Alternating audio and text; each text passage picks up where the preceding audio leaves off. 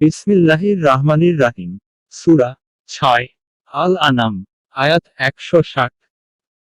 কেহ কোনো ভালো কাজ করলে সে তার ১০ গুণ প্রতিদান পাবে, আর কেহ পাপ ও অসৎ কাজ করলে তাকে শুধু ততটুকুই প্রতিফল দেয়া হবে যতটুকু সে করেছে, আর তারা অত্যাচারিত হবে না।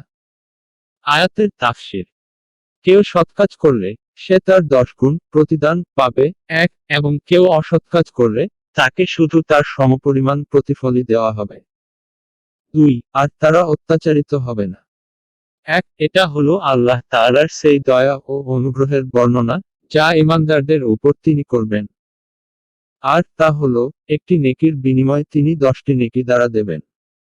আর এটা হলো কমসে কম প্রতিদান।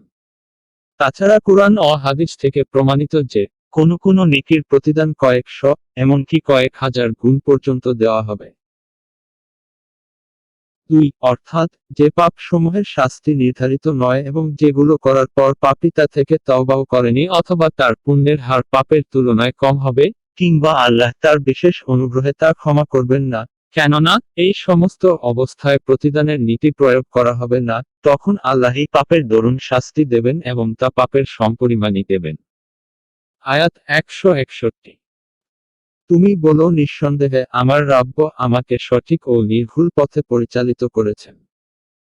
ওটাই সুপ্রতিষ্ঠিত দিন এবং ইব্রাহিমের অবলম্বিত আদর্শ যা সে ঐকান্তিক নিষ্ঠার সাথে গ্রহণ করেছিল, আর সে মুশরিকদের অন্তর্ভুক্ত ছিল না। আয়াতের তাফসীর: বলো, নিশ্চয়ই আমার প্রতিপালক আমাকে সৎপথে পরিচালিত করেছেন, যা সুপ্রতিষ্ঠিত ধর্ম, ইব্রাহিমের ধর্মাদর্শ। সে ছিল একনিষ্ঠ এবং সে অংশীবাদীদের অন্তর্ভুক্ত ছিল না। আয়াত ১৬২।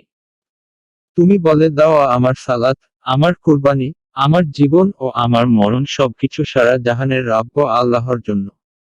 আয়াতের তাফসীর: বলো, নিশ্চয়ই আমার নামাজ, আমার উপাসনা, কুরবানি, আমার জীবন ও আমার মরণ বিশ্ব জগতের প্রতিপালক আল্লাহরই জন্য।